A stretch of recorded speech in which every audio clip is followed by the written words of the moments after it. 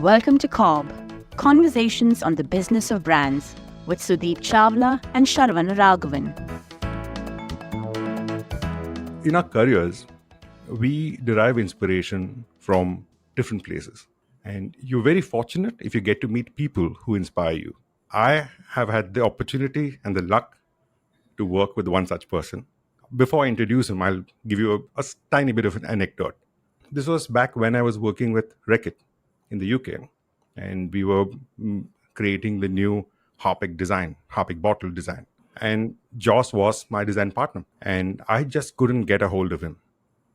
I had written down my brief, and I was waiting for him, and I just couldn't find time on his calendar. So after 2 days, Jos walks up, and in the evening, when everybody's leaving office, and we sit down talking about the brief. I thought he was taking notes in his book.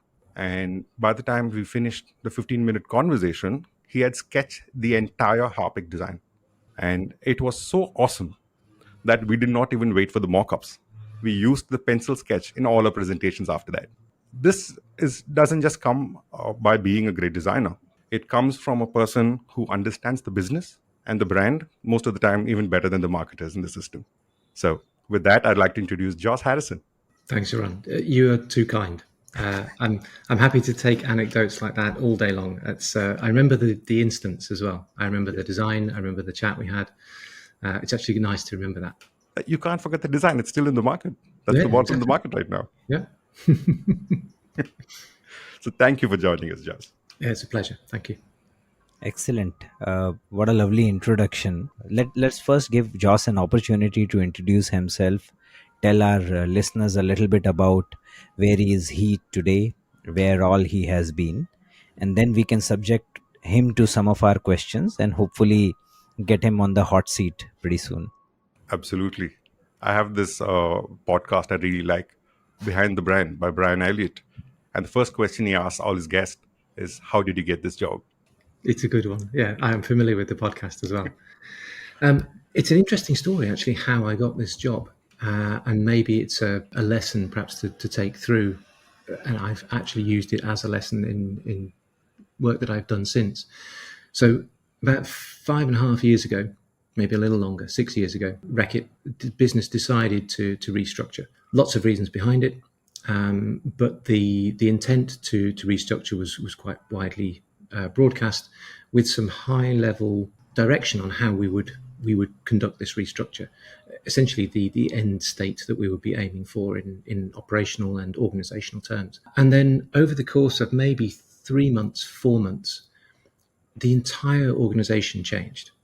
And I mean, the entire organization, it was incredible. Something like 30% of roles changed over, huge numbers of people changing to different roles. It was quite something. And during this period, we had a couple of town hall meetings with senior leadership. And specifically, we were going to split into 2 business units. And we had a town hall with the 2 essentially CMOs of the business units. And they talked about the plans for the structure, how we were going to move people out into markets to be closer to the source of business, so that we were actually better acquainted with the channel structure, the cultural specificity, so many things that perhaps we thought we could do better. And during this meeting, it was quite clear that the business unit that became hygiene didn't have a design team. So I highlighted this point to my soon-to-be boss, although I didn't realise this at the time, and said, I think we perhaps we're missing a trick here. There's a wealth of design talent in the business that we currently don't get top value from, because they're not integrated as well as perhaps they could be. They're not empowered to the degree that perhaps they should be. And he said, yeah, I know we've got plenty of great talent. Thank you. I appreciate the input. And that was it. So I thought, oh dear, that's not good. that didn't go down too well. But then a couple of weeks later, my boss at the time got in touch with me and said, the gentleman that I'm talking about, Fabrice Beaulieu, wants to have a chat with you. I think you should probably have a chat with him, if you know what I mean. So I was like, okay, fair enough. This is either going to be really good or really bad. And this was when people were losing jobs. And it was a period of time where, yes, there was a lot of movement, shall we say. Yeah.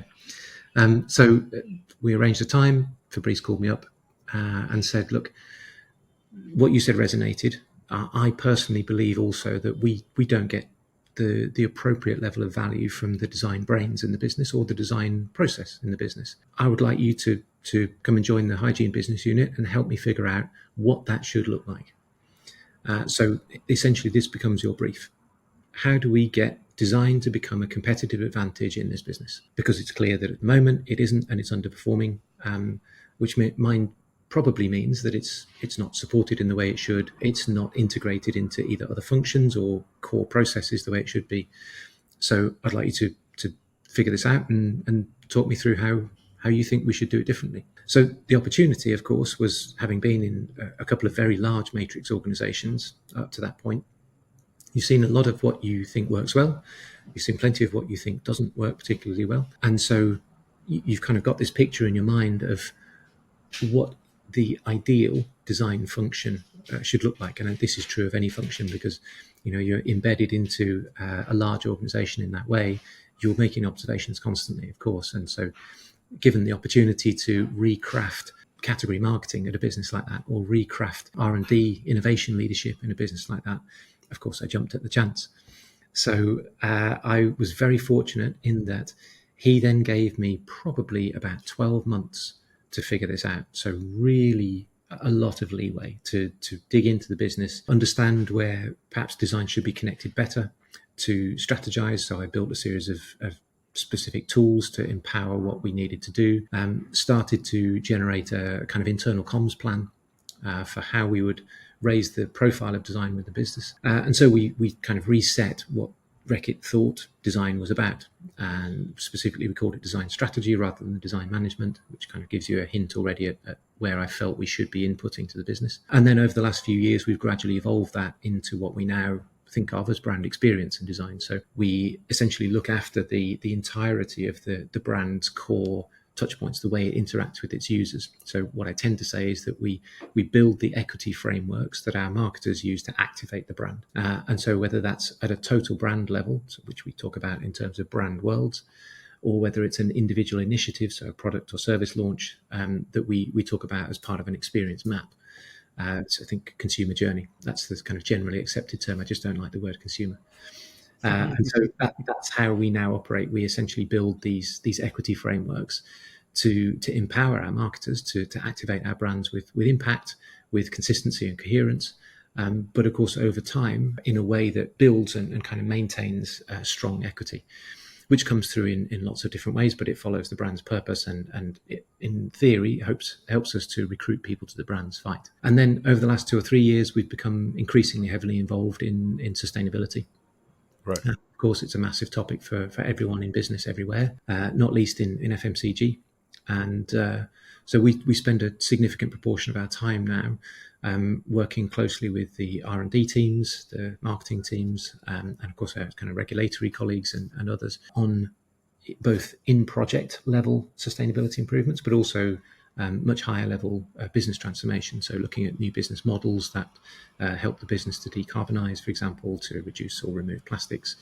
So there's all kinds of ways that we now input or lead different work streams on sustainability, which is, having interacted with designers a lot of your careers, I'm sure you realize that designers tend to be very altruistic, and so they're always heavily motivated to be part of sustainability initiatives. But ensuring that they stay connected to the commercial success of the business is the key trick that I think we've got the secret sauce for that now, and I think we're doing very well in that space. Wow, so that's I'm fascinated by both the facets. Number one, how you got the job. More importantly, how you redefined the mandate, or rather, how you expanded the mandate. In fact, one of the first questions I wanted to ask you, Jos, was when I was reading through your profile on LinkedIn. One of the first observations that came to my head was that I've never seen somebody who has had one term consistently mentioned in every designation that they've had in their life. For you, it is design.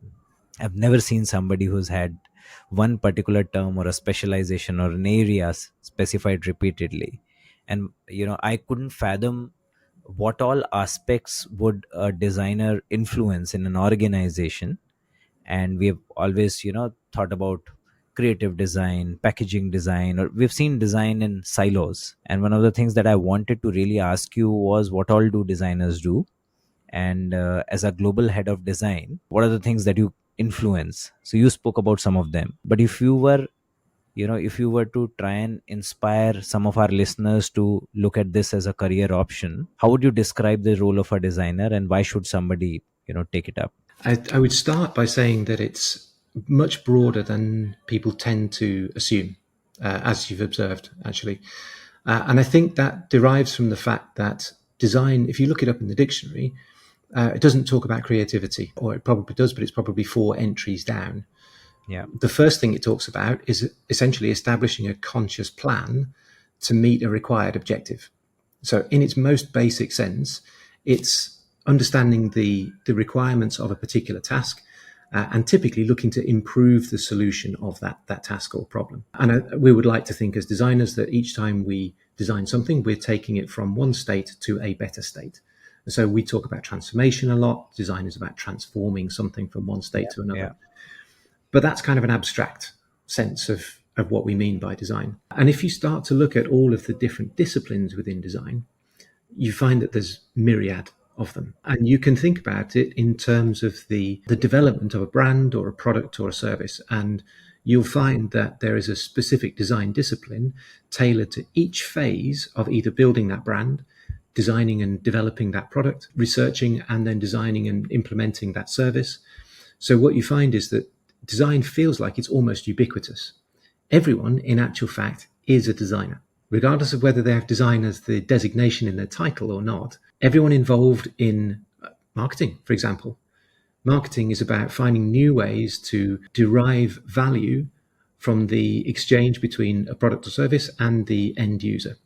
So derive value in both directions. So creating value for both parties, if you like, the user and the brand or the business. And so in every way that you guys, for instance, work as marketers, you're constantly looking to either improve something, a specific piece of communication, an entire product stream, the strength of a brand, finding new ways to extend the brand into white spaces, for example, or to extend the brand into new categories. Category creation, we often talk about. I actually listened to one of your podcasts about brand extension from a few weeks back. And I think this is something that we often miss as, I suppose, non-designers, you might say, is the fact that everyone, in actual fact, is a designer. Humans are, by nature, creative problem solvers. And I think this is something that you often hear people say, I'm not creative. What they tend to mean is I can't draw, which is fine. I can't play music. I can't do other sorts of things that I would deem creative. My wife is an artist, a painter. I'm actually sitting in front of one of her works at the moment. I can't paint for toffee. So it doesn't mean that I'm not a creative. It just means that I'm not a painter. So I think the vast majority of people kind of miss this point that the moment they start creatively problem solving, they are in fact designing new solutions to things. And the reason I've retained that component to my title is that everything I've done throughout my career is really about creative problem solving. So I've gone from actually basic kind of hardcore marketing when I first graduated, some elements of 2D design in sort of publicity and marketing publications. From there, I went to Cadbury, as I know you guys also worked at Cadbury, back when it was Cadbury Schweppes, so this is a few years ago now, and started working there as in what we perhaps back then would have termed presence marketing. So the building of your brand when the product is not present. We've got lots of different names for it now, but that's essentially kind of how it started. And then I got involved in innovation, product innovation, packaging design, point of sale and in-store environments. From there, went to Reckitt, started looking initially at product design, packaging, but then we also started looking at brand strategy. And eventually we kind of net out at the present day with essentially total equity as part of my remit. But really it's empowering our marketing colleagues, our R&D colleagues, and the rest of the organization who activate these brands to have access to these consciously designed solutions. So if you imagine that every touch point that a potential user has with your brand is an opportunity to build a relationship. And you guys know this as well as anyone. The extent to which you consciously plan the journey from touch point to touch point will dictate the level of loyalty, the likely basket size of purchases, the rapid rotations in store. So if you think about a physical store, if you've got a joined up series of touch points that have a logical connection, a level of coherence that each touch point is meeting the need of that point in the journey, but is also recognizably an expression of that brand and it's relevant to you, then your initiatives have a greater rate of sale for longer with less investment in marketing spend, so better ROI. So all of these things come from consciously designing in line with a specific predefined objective. And your objective might be as basic as sell more things, Yeah. or it might be as complicated as change people's behavior into a more sustainable lifestyle. Right. Everything in between is still design, whether it's designers doing it or whether it's marketers doing it, whether it's R&D colleagues doing it, they are designing. I think that's the most liberal definition of design I've heard, coming from a designer yourself. No, no, excellent. I think opens up our eyes to a lot more about design. The last time this happened was when somebody was trying to explain to me the process of design thinking, and they almost, it is a process that can be used by any professional. So therefore, it Yes. says the same thing that Jos was saying, that everybody is a designer. Right. Some of us are doing it consciously, and some of us are not. Going back to Jos, how you were explaining what design can do for a brand, you gave a plethora of examples. One of the key things that us marketers tend to talk about these days is attribution. So anything and everything that you do, especially in a little more creative world, there are reasons now to look at attribution, especially in the age of performance marketing. So have you struggled with that problem earlier? Any example where you were able to create some kind of a design solution that you were then able to uniquely attribute the success to for any brand objective that you had at that point in time? So this is a challenge that designers everywhere face. In fact, if you look at the full marketing mix, each part of the marketing mix, wherever you have a specialist, they all face this challenge, right? Because the performance metrics that we tend to track as any kind of business does are necessarily holistic. And so when you look at the component parts of developing and launching a product, pretty much everyone in the organization has touched it on its way through when it eventually reaches the shelf. And I think all my marketing colleagues everywhere wouldn't deny or be upset with me for saying that in reality, marketing leads businesses like ours. And therefore, the first function to be able to be accredited with success is marketing. The strategy is owned by marketing. The actual project management, the kind of project ownership, if you like, sits with global marketing, and then the activation sits with local marketing. So I think the business kind of defaults to, well, it's a marketing success, when in actual fact, it's a contribution from lots of different parts of the business, gradually becoming more and more specialist as well, I note. So attribution is difficult for design, particularly as we start to get into more detailed activation or kind of content generation and distribution. There's so much that we can measure, particularly in a digital sphere, that is linked to kind of quantitative measures. And I think this is where we start to struggle, because design is largely qualitative. And I think we default to quantitative measures because they give us a direct connection to the things that we were trained in. If you studied an MBA, then you know that the measures that are important to a commercial world are quantitative measures. We live in a capitalist society. That's a simple fact. So as soon as you start introducing something qualitative to that, and there's a degree of subjectivity, which we see throughout the development phases of design, you see this in all organizations. When you see the end result, it's very difficult to pull apart the impact that the qualitative content had, unless you start doing essentially kind of a bit like the design version of double-blind tests. So these days we can do A/B testing, but you could spend all day, all your money, constantly doing that in order to just simply justify the design input, or to report on the design input and its impact on the overall initiative. So, which is a very long answer for, we don't tend to do it, apart from in cases where the launch of the product is not 100% synced with the launch of the above the line campaign work. If we're sharp enough, which most of the time we should be, the digital components of the campaign work are launching earlier than the conventional above the line if we're still doing broadcast. So that's going out into market probably at the same time as the sort of shelf loading of the new product.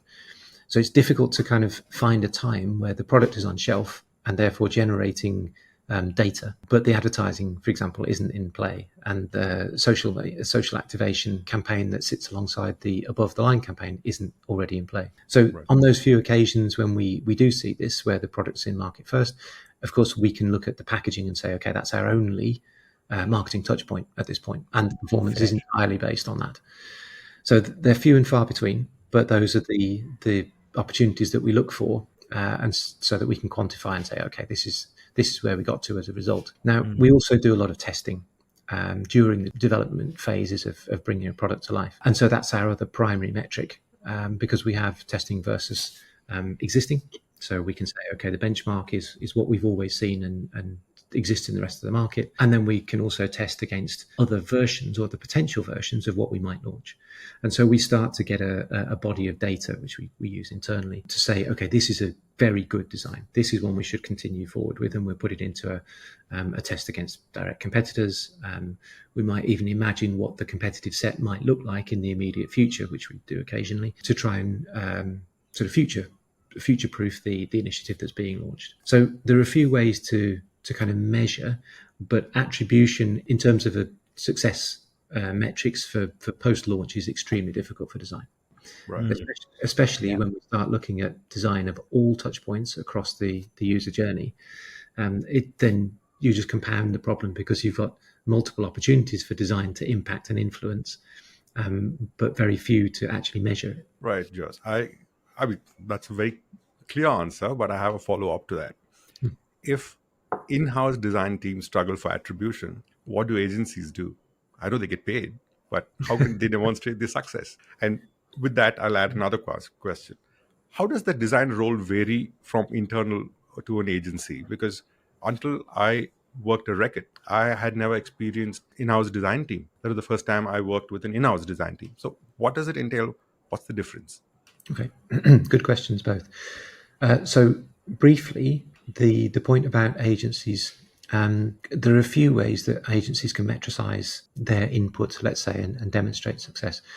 And the one that I didn't touch on earlier is probably most important for agencies, because it's a kind of aggregated attribution metric, which is a net promoter score.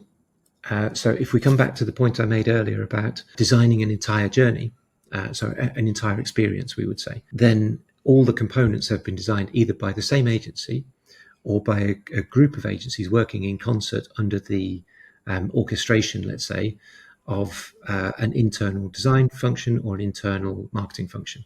So in principle, the design process has contributed a particular input or influence to that ultimate test of success. And in fact, it's kind of the holy grail of marketing, right? The Net Promoter Score. If you can get people to recommend your brand experience or your product experience, that's literally gold dust. Right.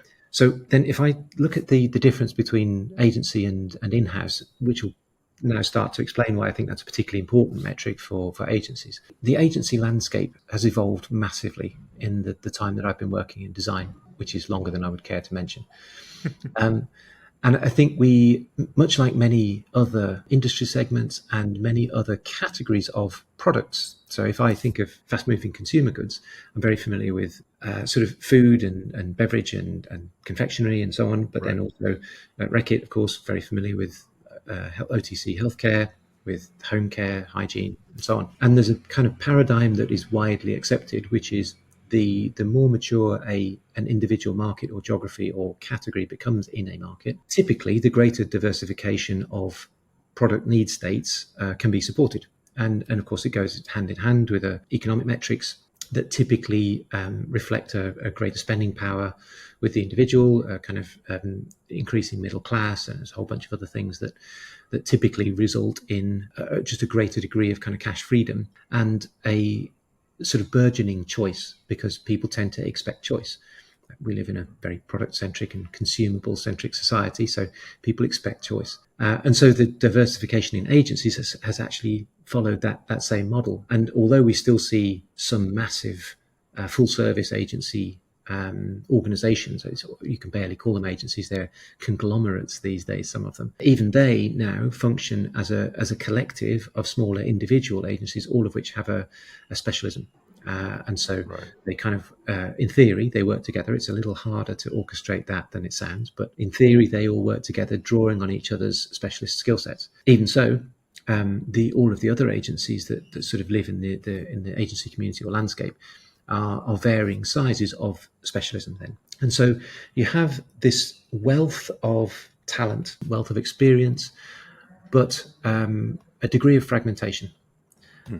And you need to have very design aware and strategically design aware marketing teams to be able to take advantage of that diversity in the marketplace, to understand which agencies to brief at which point, which specialisms to use in different phases of product development or service development, essentially who's best at what and when to use them. And I think marketing as a function, as a skill set, it's quite difficult to achieve that because it's not core training for a marketer. And typically marketing has the highest rotation of key skill sets in an organization. So the sort of rotation of people in role tends to be much faster or more shorter time, let's say, than most other specialisms. Right. And so it's not a skill set that typically gets developed, but it's not something that is it's not necessarily a priority. If we're on, there are other business requirements, commercial requirements from a marketer that are probably more important, frankly. Right. However, managing the creative output in a way that drives your brand, drives your product sales, drives your user base towards loyalty, improves sustainability, is all the things that we know need to be part of building a brand.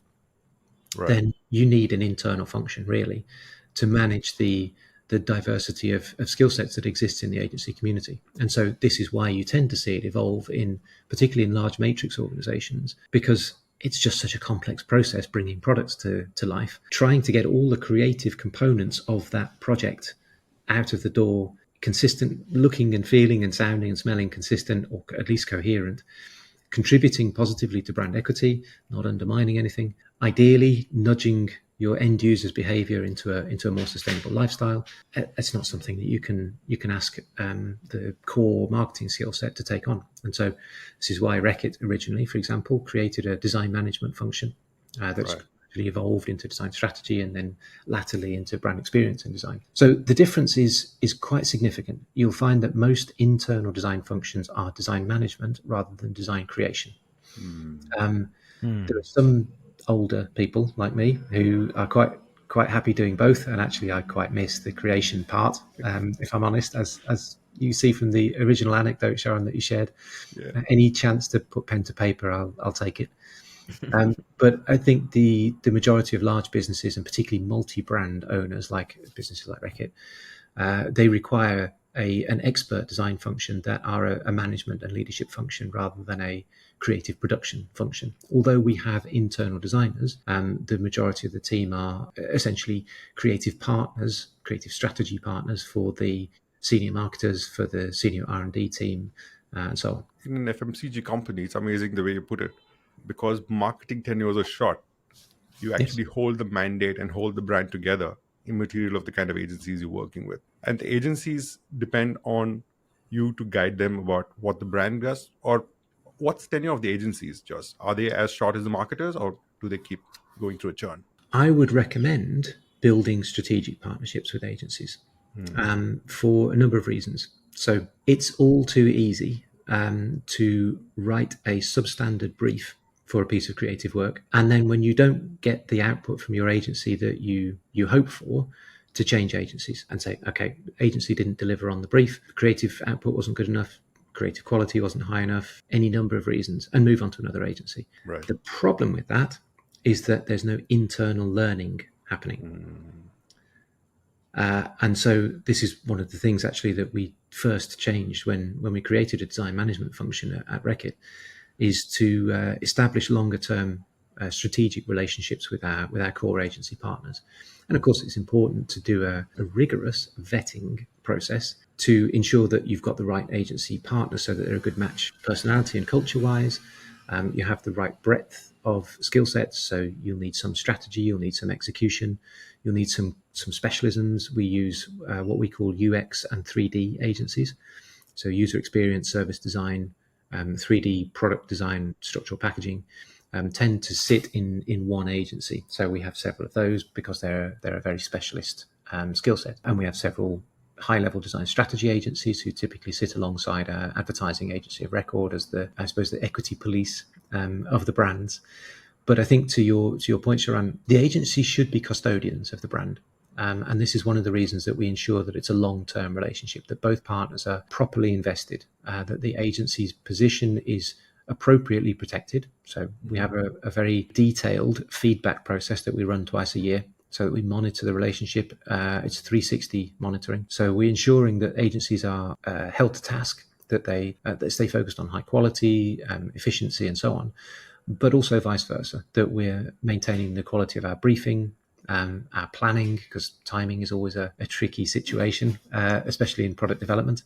So I think the nature of the relationship is more important probably than all of the other considerations that you might think of in building a design function or let's say an agency community.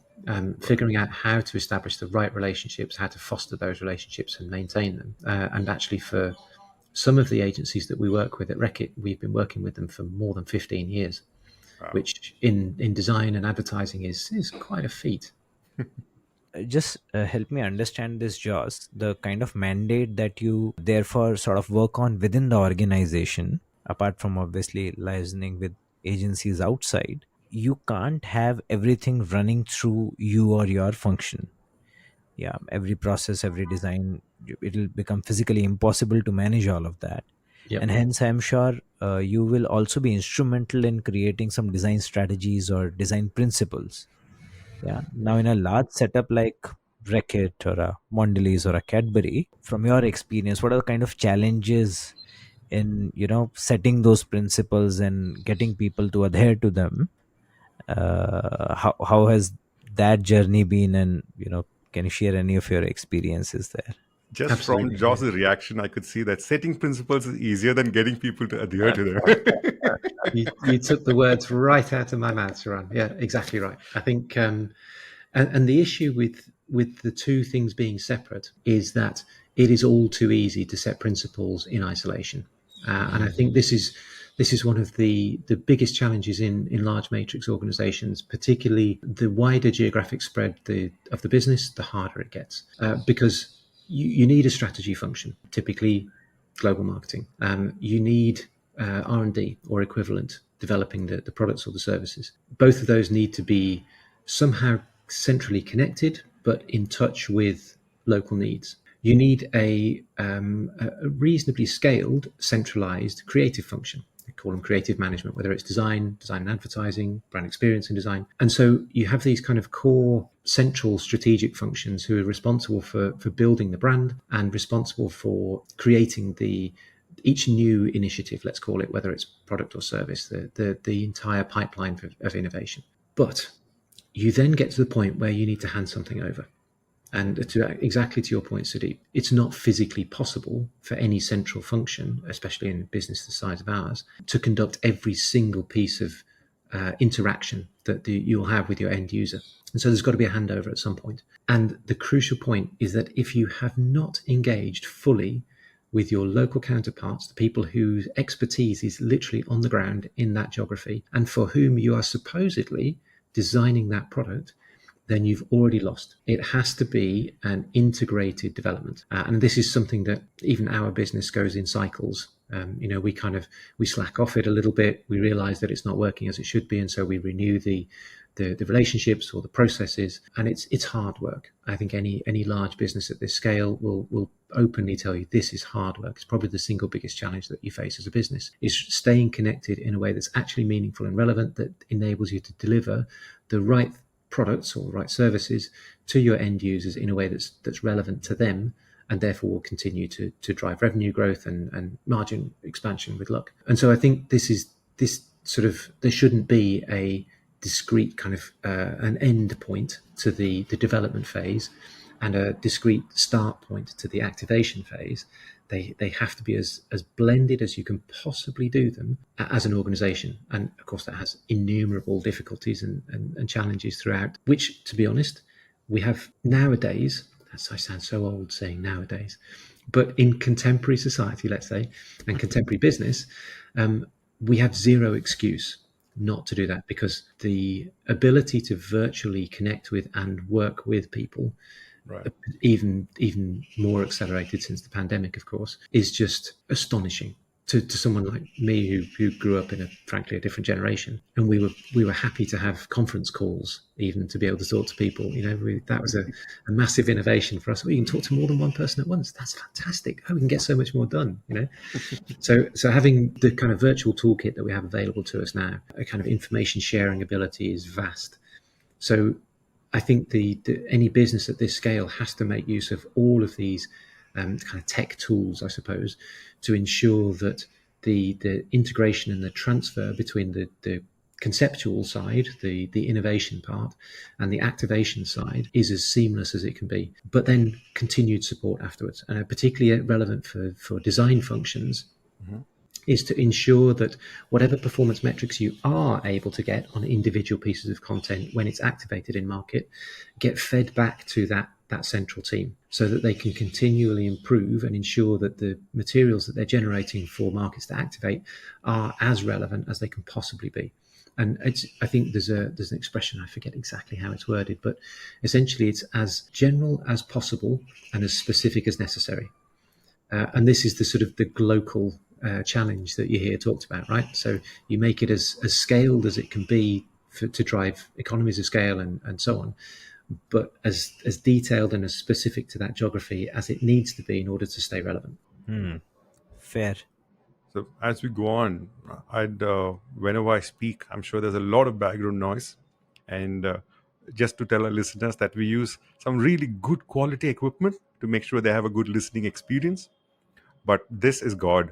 There's the Ganapati season in Bombay, and I'm sure that's drowning out a lot of what we're saying, and especially when I'm speaking.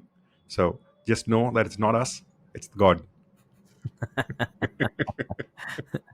Yeah, It's nice to be part of a celebration, even if remotely. correct. Why not?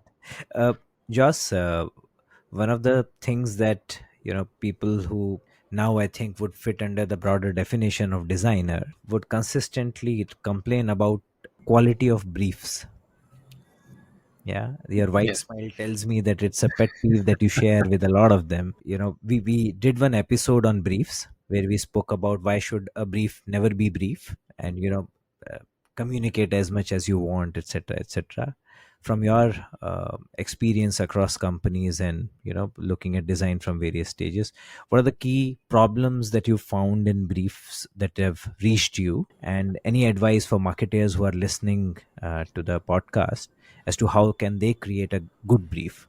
So I'm going to intervene here, Sudeep, and tell you another anecdote and also some advice that I got firsthand from Jos. So this was my early days at Reckitt, and I'd written a brief. And as you were trained at Cadbury to write good briefs, I thought I'd written a pretty decent brief. And we were presenting it to the agency. And Jos was waxing eloquence about my English. And I was like, an Englishman praising my English. Wow. And then a few seconds into it, I realized he was apologizing for me for the English I'd used. And then when I asked him why, he said, not all agency people are native English speakers, and the language had to be toned down to make it as simple as possible. And here I thought I was being praised for the English I'd written. It was too good. That was the problem. Yeah. It's something actually that we see. So sticking with the sense of the anecdote before I come back to the question, it's something that we see increasingly in creative services, let's say, so design, advertising, etc., is that we're becoming less geographically siloed in sort of resource management and resource sourcing, let's say, which is fantastic. I mean, we've needed this as an industry for a long time. And so we do find that a larger proportion of agency personnel maybe don't have English as their first language. And this sounds ridiculous coming from an Englishman, because English people tend to have the worst record for learning other languages in history. So the fact that people are able to speak more than one language and then do business in the second language is already, frankly, puts most people to shame. Oh, yeah. But I think it's an interesting one where you see some cultural backgrounds, and I think India has a particular cultural background where the English spoken is very precise, and it's quite it's wielded like a specialist tool, I would say. It's a very comprehensive grasp of English, which is a very wordy language in itself. You know, it has a precise word for everything. And I think kind of Indian education and Indian cultural background tends to use it to its greatest extent. So I think, for example, Sharan, you speak better English than I speak. I chop a lot of my words. I tend to shorten I've stuff. stopped believing it to be compliment a long time ago, Jos. Well, Go ahead. this is it depends who you're talking to. If you're talking to a Hungarian designer, it's maybe not so great. So I think that it is an interesting point that I tend to talk to my team about from time to time, which is when trying to communicate, particularly in a global business where some agency partners and in fact some colleagues often have English as a second or even third language, being precise with the language and being concise with the language is super important. And that translates into both the spoken part of briefing, which I'll come to in a moment as part of my answer to the question, and the written part of briefing. And it's something that I recognize in my early career. I tended to be far too wordy. And as I've kind of, I suppose, matured and my scope has become more and more global, I've come to recognize that I should be simpler and clearer with the language that I use. So as a basic tenet, that's super important. But I want to come back to the point that you made about the previous podcast, Sudeep, concept, I suppose, of a brief shouldn't be brief. I'd like to build on that and maybe craft it a little bit. After talking about language so much, semantics are super important, right? I feel a briefing shouldn't be brief. A brief can be brief. And actually a briefing document, often having to distill it to a really refined core message, inspiration, business relevance, that's probably all you need. But the briefing process can be as extended as necessary and often benefits from that. So what we tend to coach our teams internally, so both the design teams and the marketing teams, is the briefing document is only the start. And in fact, you probably should start the briefing process before you write the document. So give your agency a heads up on this is the project. And in fact, it probably starts even before that, because you should be deploying your strategic plans to your core agency partners. So they already have a sense of the total pipeline of the brand for the next few years, the desired white space expansions, and what are the key requirements in those core markets, in those sort of non-core markets. And then they have a kind of background understanding of what to expect at a particular time in the year, a particular time in the month, even if you've got regular board meetings. So we have a regular monthly board meeting in which we review strategy, we review creative output and so on. And then I think when you get to the individual initiative, the agency or group of agency partners already has a good sense of what's coming down the pipeline. They're prepared for it, they're resourced for it. They've maybe even started to do some of their background research. It probably builds on a core user persona that has been used before for the brand in the geography, etc. So there should be a good body of knowledge that you can then use as your start point for the actual briefing process of that particular initiative. So let's say you're developing a new product. The process should then start with a kickoff, just a verbal, kind of quite open discussion with the agency partners to say, this is what we're formulating a brief for right now. We know that it's going to have its lead market in this particular geography. There's a couple of key things we know about that market already that you might want to kind of dig into while we're writing the brief. Competitive set are obvious things to think about. Channel structure, if they haven't worked in that market before, channel structure is super important. Social media platforms, what are the prevalent kind of comms platforms or channels that are for our particular persona in that market. And then the written brief should be a living document from that point on. So it captures as I said, the distillation of what you need the agencies to work on. So it should always, of course, have the business context. What are we trying to achieve with this initiative from a business point of view? And it might be a little bit like I was saying earlier, it might be as basic as drive sales by 15% in this market, in this segment. But it might be something super complex. might be about driving equity and establishing a new equity position. Right. So how do we go about redirecting the brand's equity into a new space that we believe is more future-proofed, or react to a specific stimulus, something like the pandemic that of course derailed brands but also built others. Yeah. So the business context is super important, but it's important then to articulate the role that design as a process will play in solving this problem. So not just what's the output I expect, which I think all of us can sometimes default to, and I am just as guilty because I'm a designer. I visualize the end result in my mind. I was sitting listening to Sharan when we had that conversation all those years ago, but I was also drawing from the moment he started talking. So I realized there's a kind of an intuitive leap that sometimes happens. But I think the need to articulate the role that you see design playing in helping to solve that challenge is super important, because then you're not looking for design of a particular pack or design of a particular social media touch point or design of a particular point of sale execution to solve the entire business challenge, which is something we can sometimes default to. We articulate the business challenge because that's what we do as marketers, right? That's our bread and butter. But then we tend to try and make the packaging do all of the jobs that are needed to fulfill that business challenge. Or we tend to try and make the above the line advertising do all of the jobs that are necessary to fulfill that business challenge. So digging in, usually working with an internal design partner, I would suggest, is super important then to articulate what do we want design to do here. And then 2 key points. I would suggest, how does this particular initiative align with the brand's purpose? And that's the best way to ensure that it's aligned to a continuous track of building equity, because your brand should always have a purpose. It should always be trying to make a positive impact somehow, whether large or small.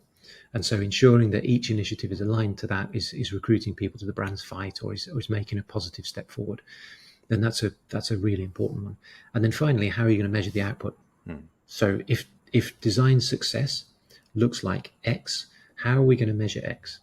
What are the KPIs? What are the action standards? Ideally, what are the methodologies we're going to use to test it?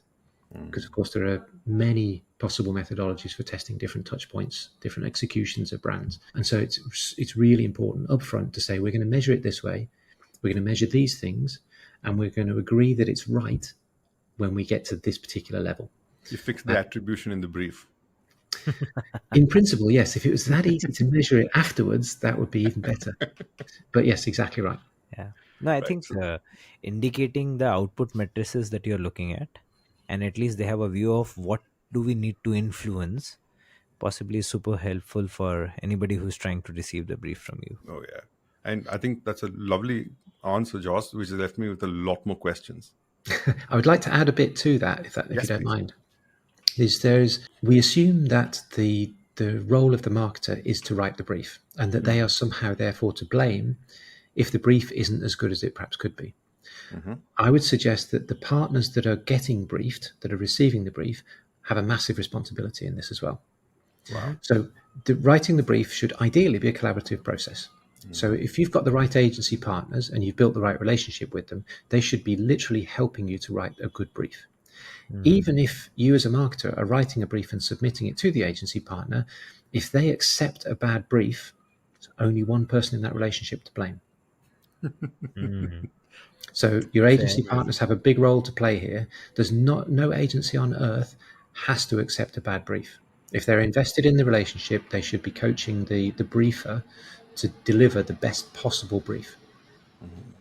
I think that's a very, very fresh perspective, Jos, to put the agency also, hold the agency accountable for the kind of brief they're receiving from us. I think that's an amazing point. Sharan is all too happy to share responsibility and accountability. Why wouldn't I? Yeah, quite right. It's a relationship, right? It should be success in both directions. It should be difficulty shared. It should be challenges overcome together. Right. And in fact, that's something I picked up from Sudeep. Says, sell the brief to the agency, give them the story. So that's when you said the briefing has to be longer. I think I went back to the point that Sudeep used to make, or still makes, saying, sell it to the agency. Don't just brief it to them. It's not about them reporting into you or being a vendor, but about you having to convince them. If they're not convinced, maybe you got to redo the brief. And that's what you're talking about, saying collaborate on writing the brief. It's a lovely Amazing. way to think of it. I like that. I think the notion of storytelling is super important. If you're trying to inspire creative people, tell them a great story. Exactly. Yeah, yeah. I Love. think the whole purpose, as I say, marketer, the whole purpose of marketing is to transfer conviction. Hmm. So your agency will create something which will help you transfer your conviction to the wider world. If you can't transfer your conviction effectively to the agency, there is a problem. Absolutely. Very nicely put. Yeah. A quick one on this, Joss, that being a designer, you not only need to solve for organizational, mission or briefs. There will also be some kind of a pressure to, always be on the top of latest trends, latest tech. Yeah, sometimes that becomes the brief, especially from top management. Is that something which resonates with you? How do you cope with some of those expectations? So this is quite a fun one, and maybe an unexpected answer. I think it's important. I like the fact that you decouple trends from tech. I think that's super important. Trends are really only viable at a macro scale, and this is probably where I have hundreds of design colleagues disagreeing with me. But trends in creative expression are meaningless because Meaningless. meaningless. Yeah, Okay. following a trend in creative expression as a branding exercise. So bear in mind that as a designer, I create for someone else, something else, usually a brand. If I was an artist, I'd be creating for myself, right?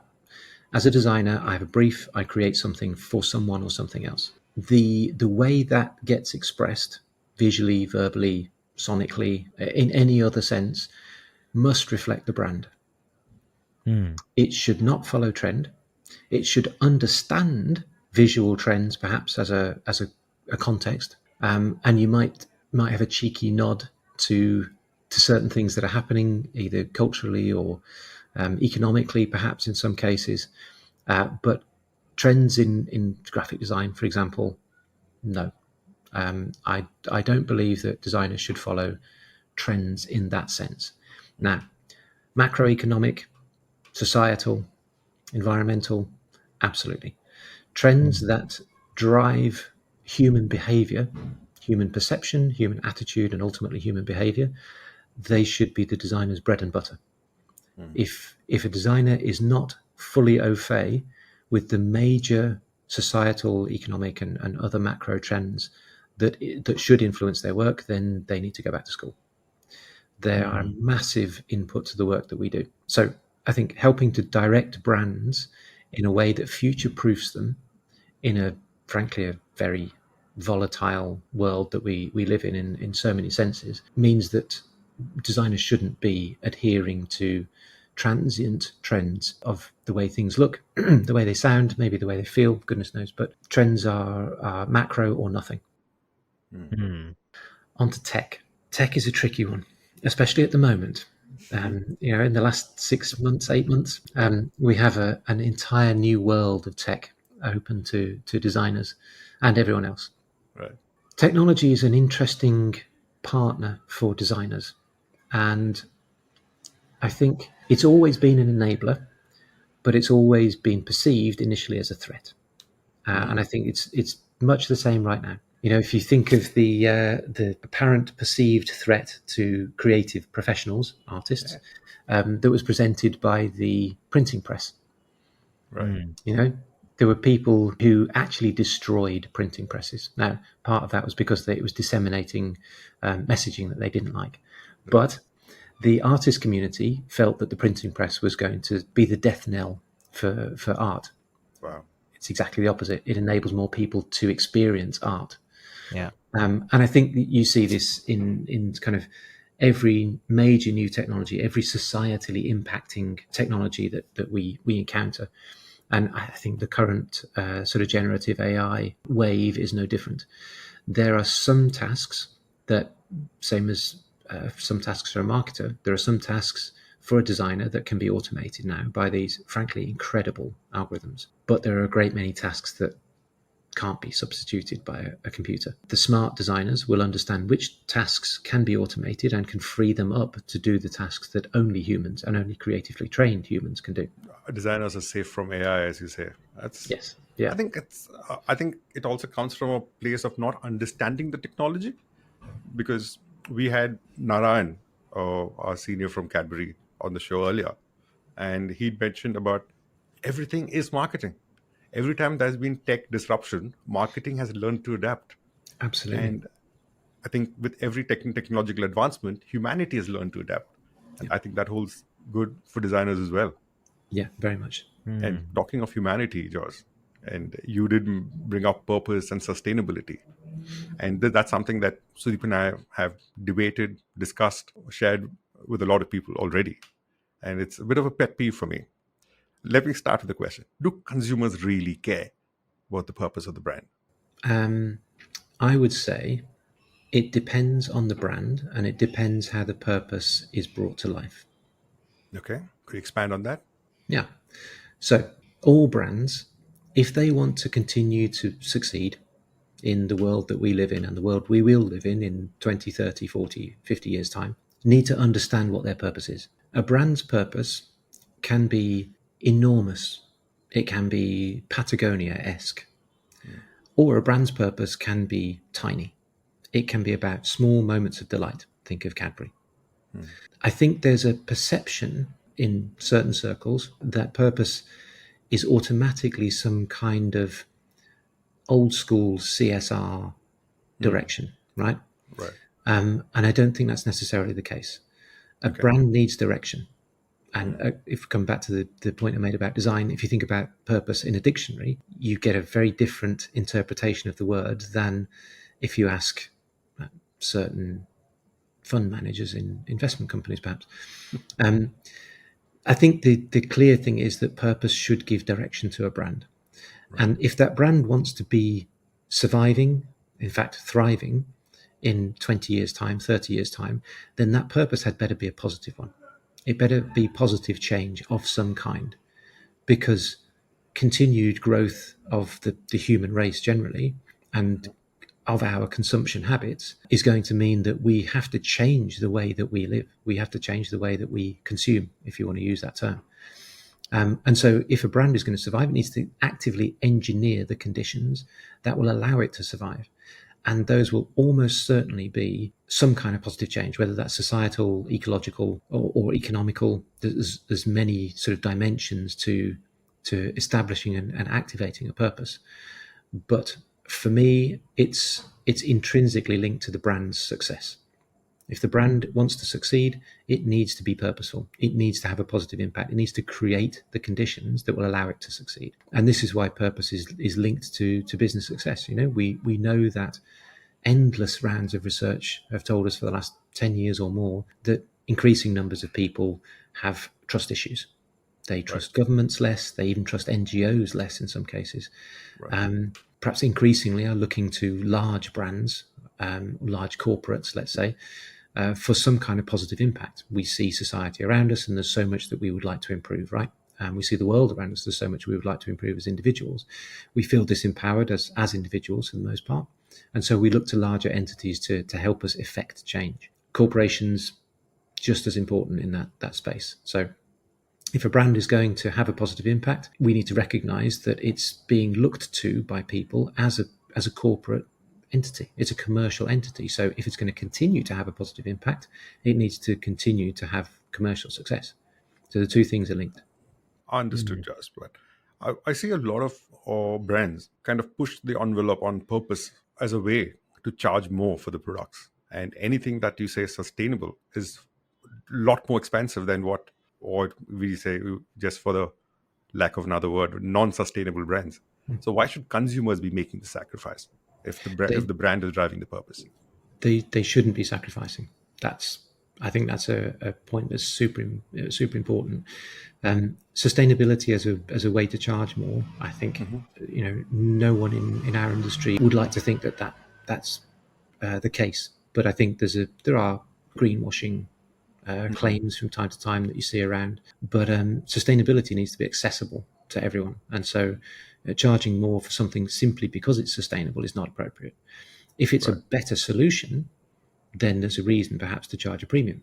If you're replacing an existing solution with something better, or you're fulfilling a need state that was previously wasn't solved, then fair enough. There's a reason perhaps to expect a larger value exchange with your end user. I think if you think about purpose, I can't see any reason for a brand to use purpose alone as a reason to premiumize something.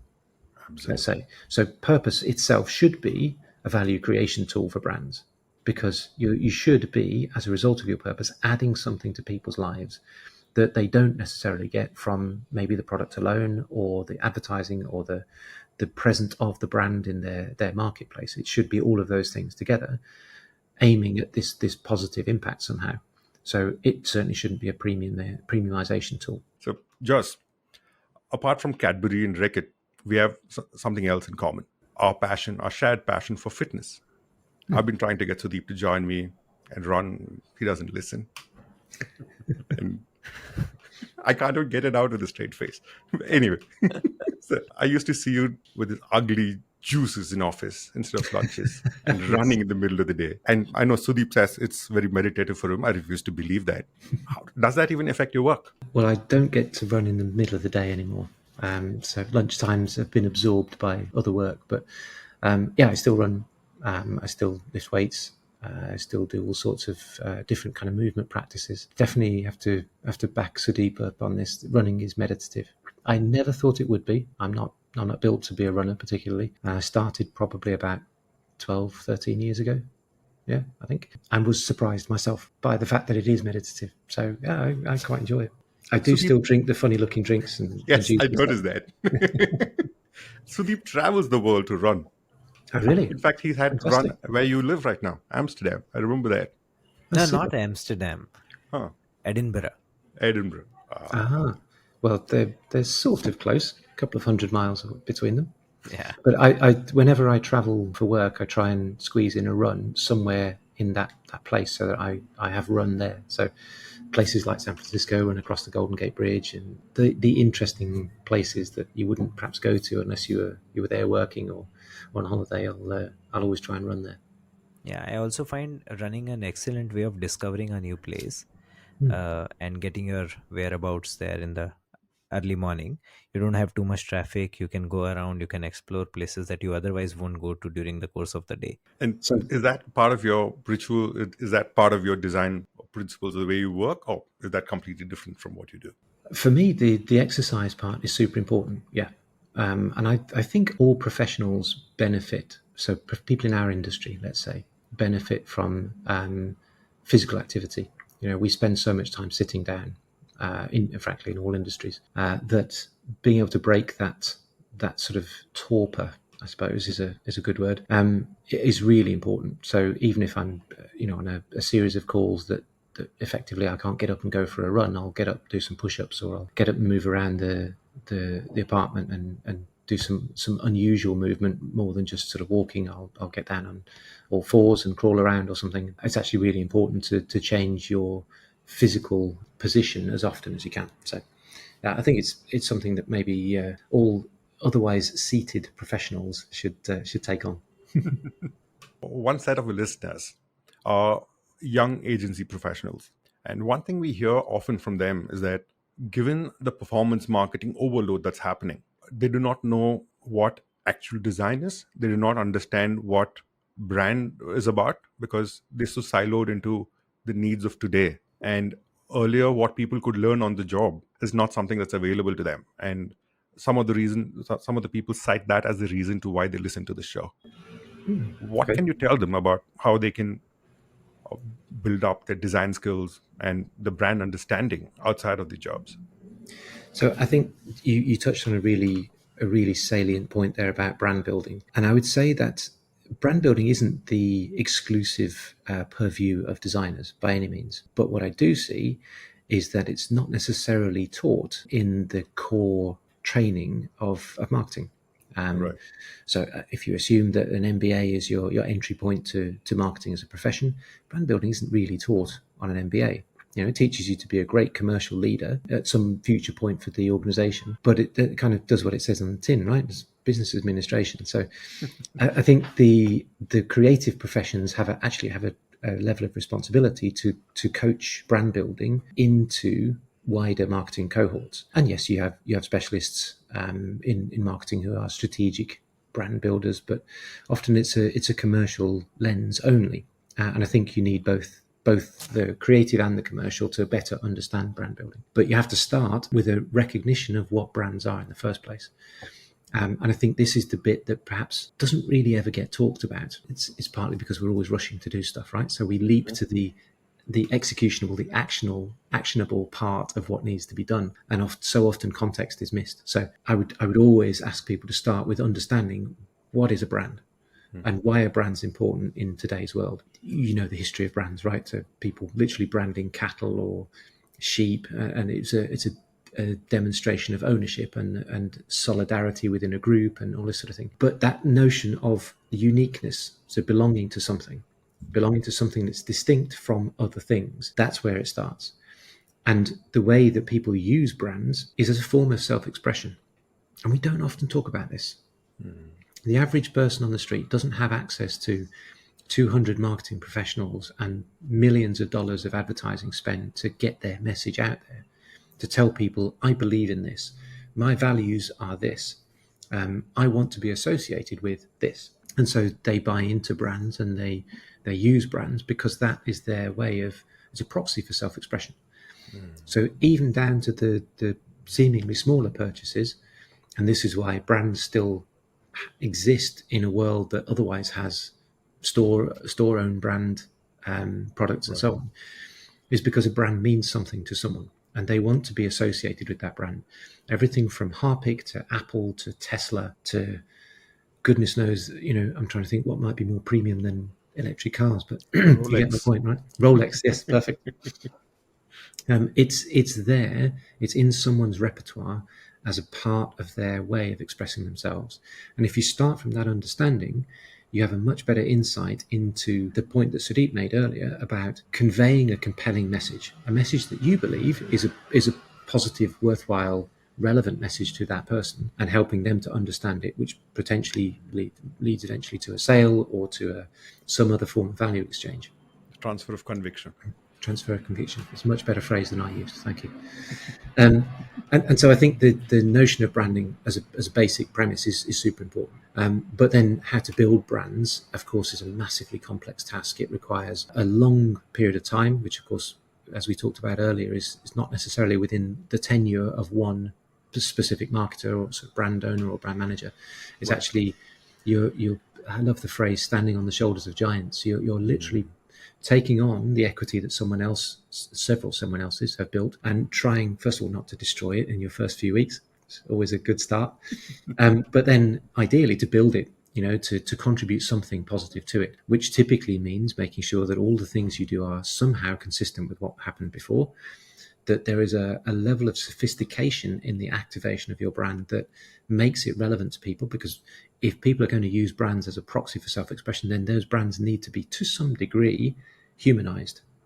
A one-dimensional brand is not compelling as a way of expressing yourself. If I want to show that I hold the same values as Nike, for example, which I believe is that everyone who has a body is an athlete, and empowering that through all of their products, all of their services is what they're about. I believe that. I would like other people to think that of me, that I believe that no matter the degree to which you can move around, you have the potential to be an athlete. Right. And so I want people to see that. I'm happy to wear I'm not wearing it today, but I'm happy to wear a Nike tick on my shirt or on my trainers. I'm happy to use their app and be seen connected with other Nike runners or whatever it might be. And so I think this concept of why people use brands and then how to build a brand with that in mind is really important. And I think is not talked about enough, is not formally coached in many places. And it's something that designers are taught formally. And so often we end up being the ones sort of imparting that information and providing the frameworks that enable that to be a standard operating practice. Excellent. Just we have a few questions for you that might make you a little bit uncomfortable. Okay. But those are called rapid fire round, and we place you in hot seat. What we don't allow you to do is wriggle out of the question and take the easy way out. So you have to answer them. Now, Within that framework, you can be as diplomatic as you want to be Or not. or not. So, one FMCG brand that you think is poorly designed and needs a redesign. Wow.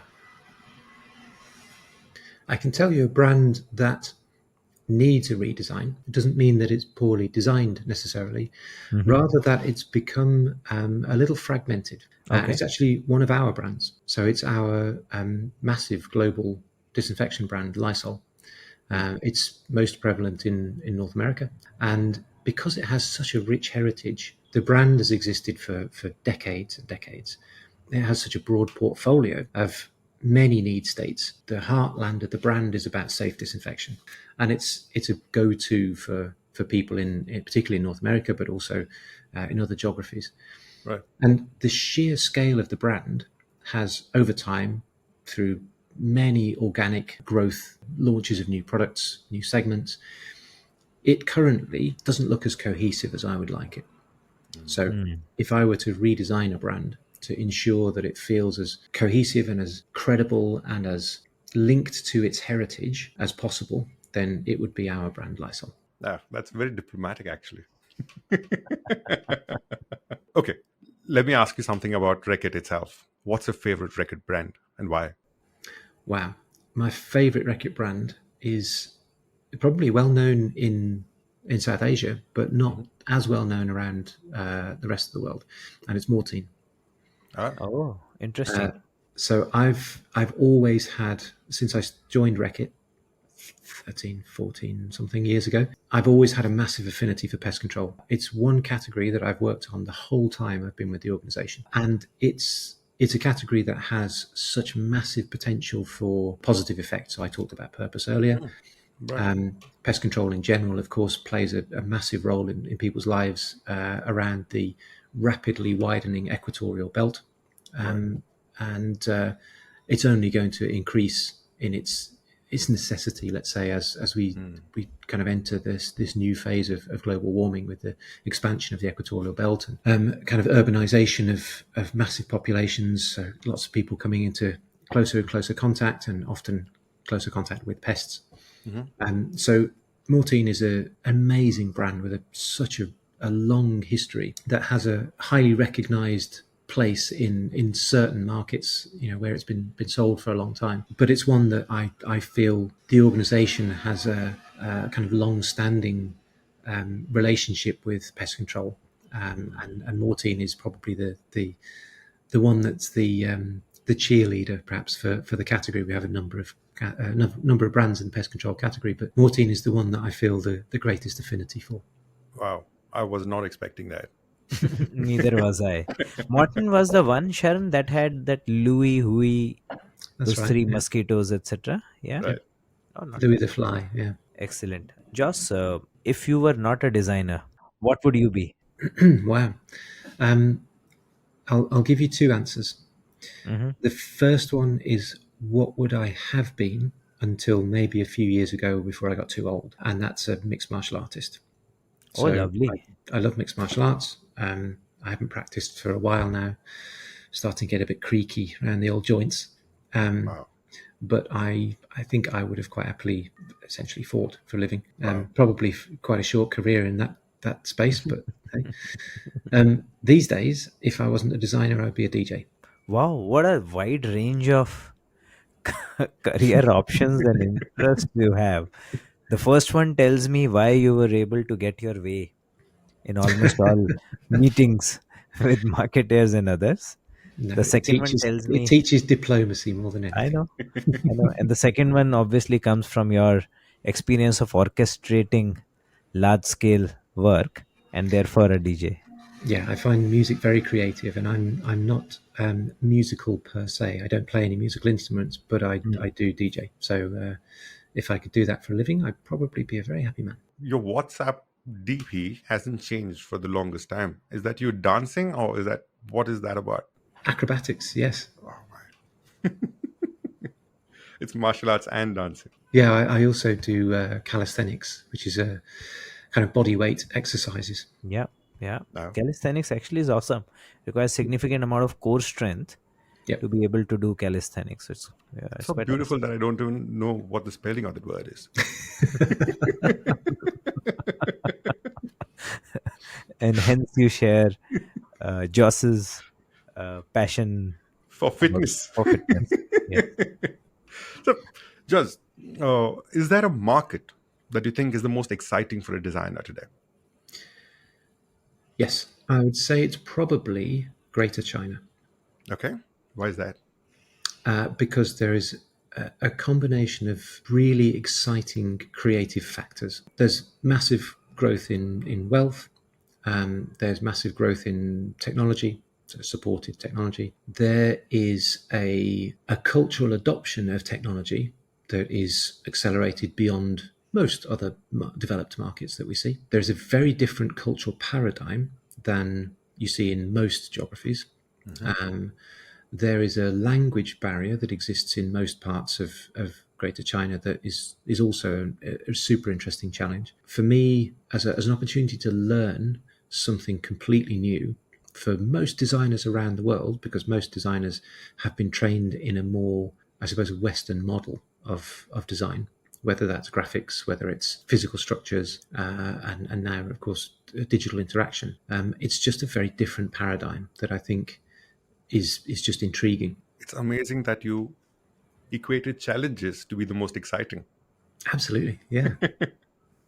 Lovely. Interesting. Very, very nice. And, just with such enterprising answers and interesting ones, you've given us sufficient fodder for possibly, getting you to one of our later episodes as well again, when we are sufficiently educated about design.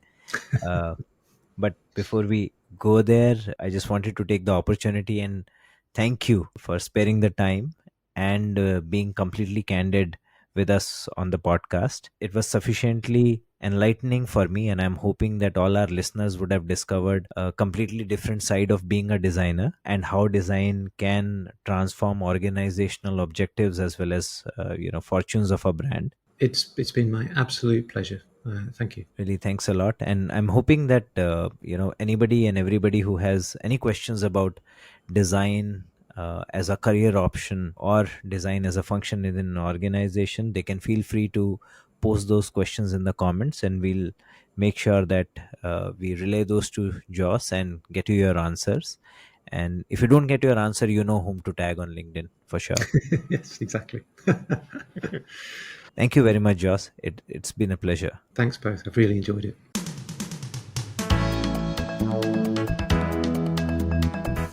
Thank you for listening to CoBB, Conversations on the Business of Brands with Sudeep Chawla and Sharan Raghavan. Subscribe and learn more at cobcast.net. That's CoBBcast.net.